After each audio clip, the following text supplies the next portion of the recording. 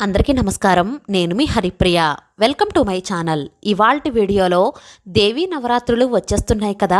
దేవీ నవరాత్రుల పూజల కోసం మనం ఇంటిని ఎప్పుడు శుభ్రం చేసుకోవాలి, పూజా సామాగ్రిని ఎప్పుడు తెచ్చుకోవాలి, నవరాత్రుల పూజలు చేసుకోవడానికి ఏమైనా ఆచారాలు ఉన్నాయా, అమ్మవారి ఫోటో లేకపోతే ఏం చేయాలి, నవరాత్రులో 9 రోజులు అమ్మవారిని పూజించాలా, ఒకవేళ 9 రోజులు కుదరకపోతే ఏం చేయాలి, ఈ 9 రోజులు చేసేవారు ప్రతిరోజు తలస్నానం చేయాలా, రోజు కొబ్బరికాయ కొట్టాలా, ఒకవేళ మధ్యలో పీరియడ్స్ వస్తే కనుక ఏం చేయాలి, కలసం పెడితే తప్పనిసరిగా అఖండ దీపం కూడా పెట్టాలా, అయితే ఏ నియమాలు పాటించాలి, ఒకవేళ అఖండ దీపం మధ్యలో కొండెక్కితే ఏం చేయాలి, అమ్మవారికి నైవేద్యం రోజు పెట్టాలా, ఒకరోజు పెట్టిన నైవేద్యం ఇంకొక రోజు పెట్టవచ్చా, లేదా మనం ఉపవాసం ఎలా ఉండాలి, బ్రహ్మచర్యం పాటించాలా, గర్భిణీ స్త్రీలు ఈ నవరాత్రుల పూజలు చేయవచ్చా, ఇలా ఎన్నో ధర్మ సందేహాలను ఇవాల్టి వీడియోలో చాలా డీటెయిల్డ్గా తెలుసుకుందాం.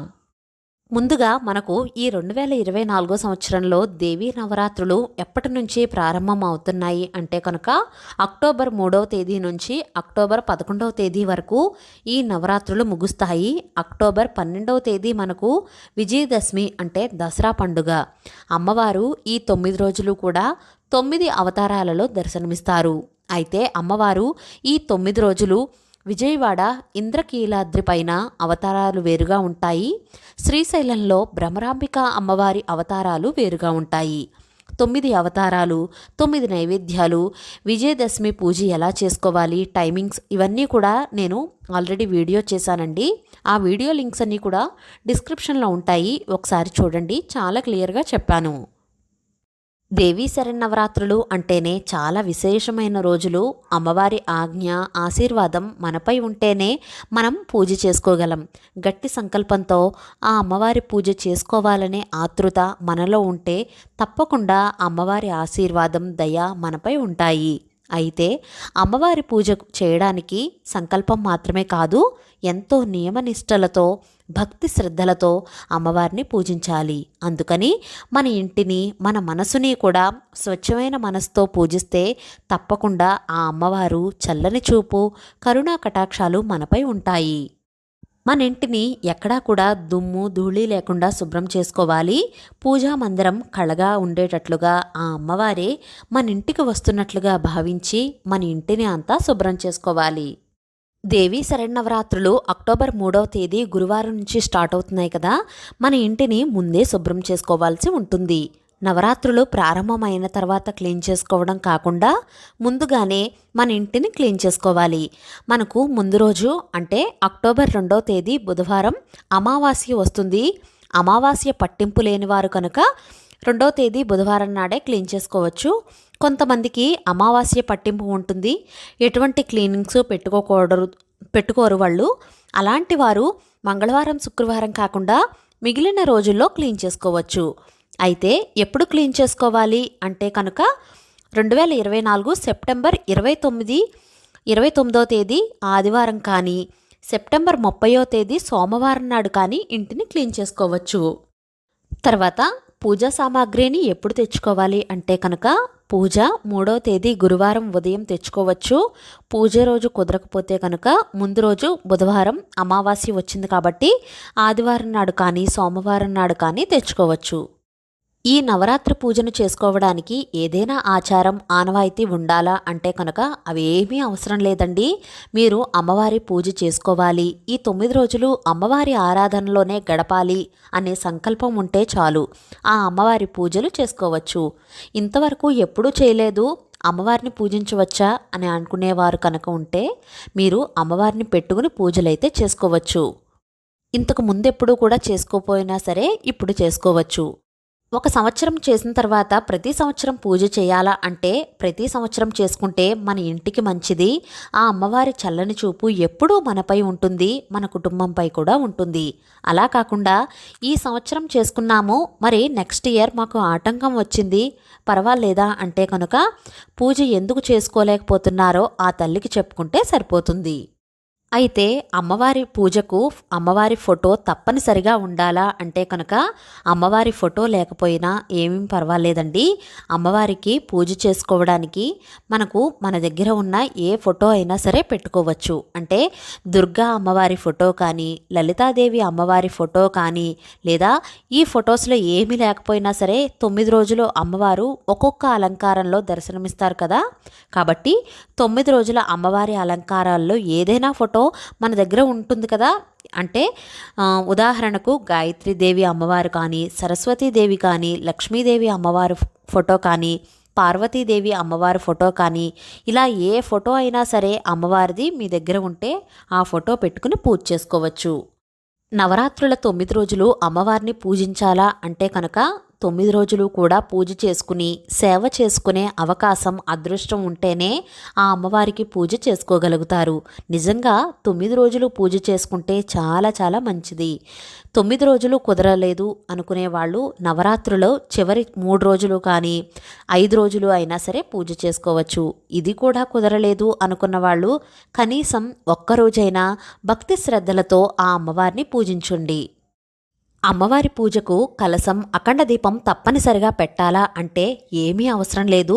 మీకు ఆనవాయితీ ఉంది అంటే కనుక కలశం, అఖండ దీపం పెట్టుకుని అమ్మవారి పూజ అనేది చేసుకోవచ్చు. ఆనవాయితీ లేదంటే కనుక ఈ రెండు పెట్టకపోయినా సరే అమ్మవారి పూజను చేసుకోవచ్చు. ఇదివరకు ఎప్పుడు పెట్టలేదు, మరి ఇప్పుడు కలశం, అఖండ దీపం పెట్టుకొని చేసుకోవాలని ఉంది అంటే కనుక ఖచ్చితంగా పెట్టుకుని పూజ అయితే చేసుకోవచ్చు. కానీ చాలా నియమాలు పాటించాలి. 9 రోజులు ఎట్టి పరిస్థితుల్లో కూడా కదపకూడదు. అఖండ దీపం కూడా కొండెక్కకుండా చూసుకోవాలి. అఖండ దీపం కలశం పెట్టేవారు ఇంట్లో నాన్ వెజ్లు అవి ఏమీ తినకూడదు. సాత్విక ఆహారాన్ని మాత్రమే తీసుకోవాలి. బ్రహ్మచర్యం పాటించాలి. ఇంటికి తాళం వేసి బయటకు వెళ్ళకూడదు. ఉల్లి వెల్లుల్లి కూడా తినకూడదు. సాధ్యమైనంత వరకు అమ్మవారిని ధ్యానించుకుంటూనే ఉండాలి. ఈ 9 రోజులు ఒక దీక్షగా తీసుకుని అమ్మవారిపైనే ధ్యాస ఉంచి పూజను చేసుకోవాలి. అఖండ దీపం కొండెక్కితే అశుభమా అంటే అఖండ దీపం కొండెక్కకుండా చూసుకోవాలి.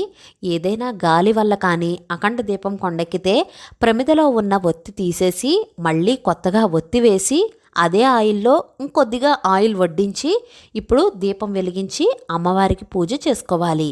ఇక మీదట ఎలాంటి తప్పు జరగకుండా చూసుకుంటాను తల్లి అని అమ్మవారికి చెప్పుకుని మళ్ళీ పూజ చేసుకోవాలి. ఈ 9 రోజులు పూజ చేసేవారు రోజు తలస్నానం చెయ్యాలా, రోజు కొబ్బరికాయ కొట్టాలా అంటే కనుక ఆరోగ్య రీత్యా బాగానే ఉంది అంటే ఈ 9 రోజులు కూడా తలస్నానం చేసి పూజ అనేది చేసుకోవచ్చు.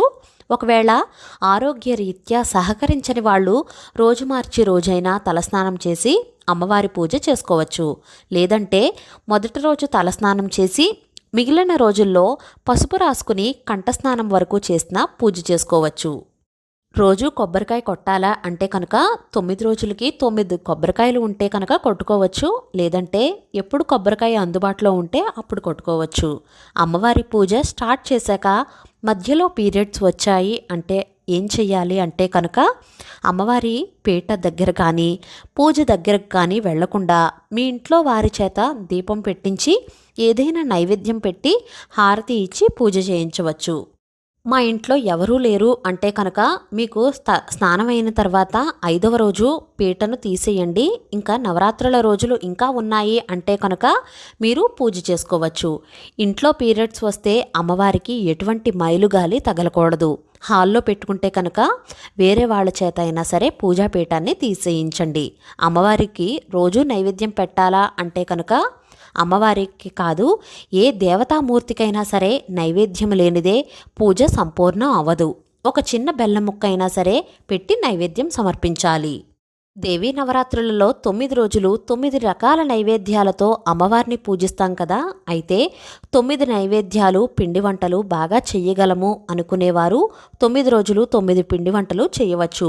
లేదా మాకు అలాంటివి ఏమీ రావు అనుకునేవారు ఏది చేయగలిగితే అది చేసి నైవేద్యం పెట్టవచ్చు. ఉదాహరణకు పరమాన్నం కానీ సింపుల్గా ఉండేవి ఉంటాయి కదా, చక్కెర పొంగలి, పరమాన్నం, పులిహోర ఇలాంటివి చేసైనా సరే అమ్మవారికి నైవేద్యం పెట్టవచ్చు.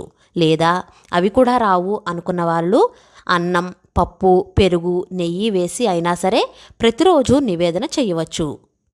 పూజ చేసేవారు ప్రతిరోజు 9 రోజులు కూడా ఉపవాసం ఉండాలా అంటే కనుక 9 రోజులు కూడా పూజ అయ్యే వరకు ఏమీ తినకూడదు, టీ కాఫీలు తాగవచ్చు, ఒక పూట భోజనం చేయవచ్చు, రెండో పూట టిఫిన్ లాంటివి తినవచ్చు.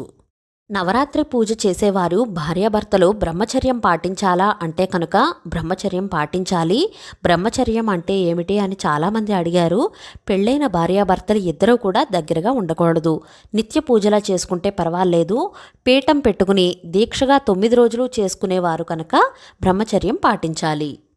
నేలపైన పడుకోవాలా అంటే కనుక మీకు ఆరోగ్యం సహకరిస్తే ఒక బెడ్షీట్ వేసుకుని పడుకోవచ్చు, లేదంటే పరుపు పైనే పడుకోవచ్చు. గర్భిణీ స్త్రీలు పూజ చేయవచ్చా అంటే కనుక 3 నెలల లోపు అయితే పూజ చేయవచ్చు. 3 నెలలు దాటితే కనుక పెద్ద పెద్ద పూజలు, వ్రతాలు, నోములు ఇలాంటివేమీ చేసుకోకూడదు. గర్భిణీ స్త్రీలు పూజ చేసుకోవాలని ఉంది అంటే కనుక సింపుల్గా మీ దేవుడు మందిరంలోనే చేసుకోండి.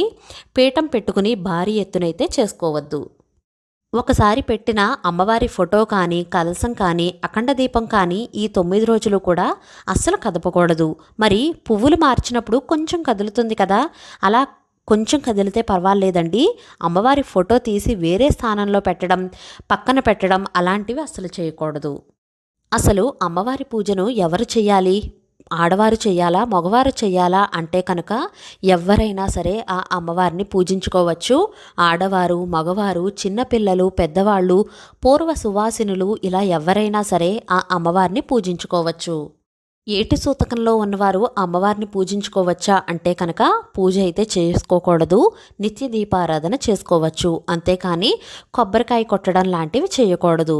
ప్రతిరోజు గణపతి పూజ చేయాలా అంటే ఖచ్చితంగా గణపతి పూజ చేశాకనే అమ్మవారి పూజ చేయాలి. అంతేనండి. దేవీ నవరాత్రులకు సంబంధించిన చాలా ఇన్ఫర్మేషన్ అనేది నేను ఇచ్చాను అని అనుకుంటున్నాను. మీకు ఇంకా ఏమైనా డౌట్స్ ఉంటే నన్ను కామెంట్ సెక్షన్లో తెలియచేయండి. ఇవాల్టి వీడియో మీకు నచ్చిందా? నచ్చినట్లయితే please like, share, subscribe to my channel. Thank you for watching.